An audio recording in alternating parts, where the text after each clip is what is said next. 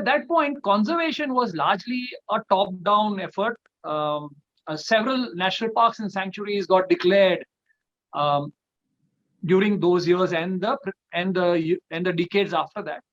But several of those initial tiger reserves that got launched, in fact, Project Tiger was launched in 1973, and a lot of these tiger reserves were notified, and during that period, communities were actually lifted and relocated. There was no dialogue between the government and the communities. Mind you, at that point, even the research that was going into or feeding into the government machinery was not up to the mark. So largely, it was an administrative thought process. Science, obviously, there were people, but they were largely natural history people. They were not people who had done years of work, documentation, and analysis of that. Now, because of which, a lot of communities felt alienated. Now, science was slowly, as I said, the first MSc program was born in 80s. Since then, knowledge, research knowledge on wildlife, at least in India, has gone up tremendously. Obviously, the large bodied animals, mammals, have been studied extensively.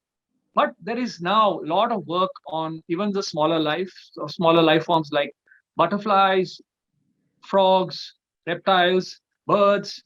All that is now creating an environment where young people are finding it far more interesting. There is a lot more knowledge available about India, habitat, Indian wildlife. So that constituency of students has really grown. So that's a big change since then. The government has also realized that communities are extremely crucial for protection of habitats, because those people who are alienated or who feel alienated, even if it's a perception, will never support the protection of the forest because they are annoyed with the policymakers and the government. So human rights was, nobody really talked about it at that point. People are far more educated. People now have started respecting the rights of forest dwellers, because of which there has been a huge change in the way the government is looking at protected area network. In fact, there is much deeper dialogue between the government and the communities today.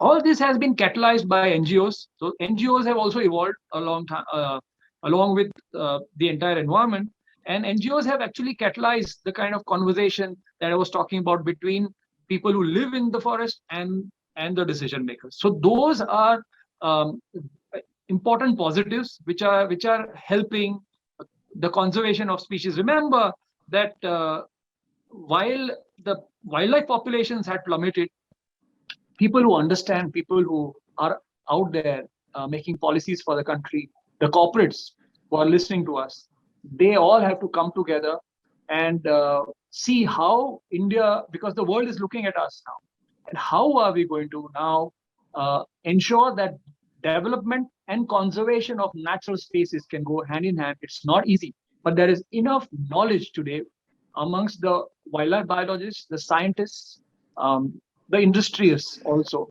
to if they all come on the same forum, I'm sure they will be able to balance now.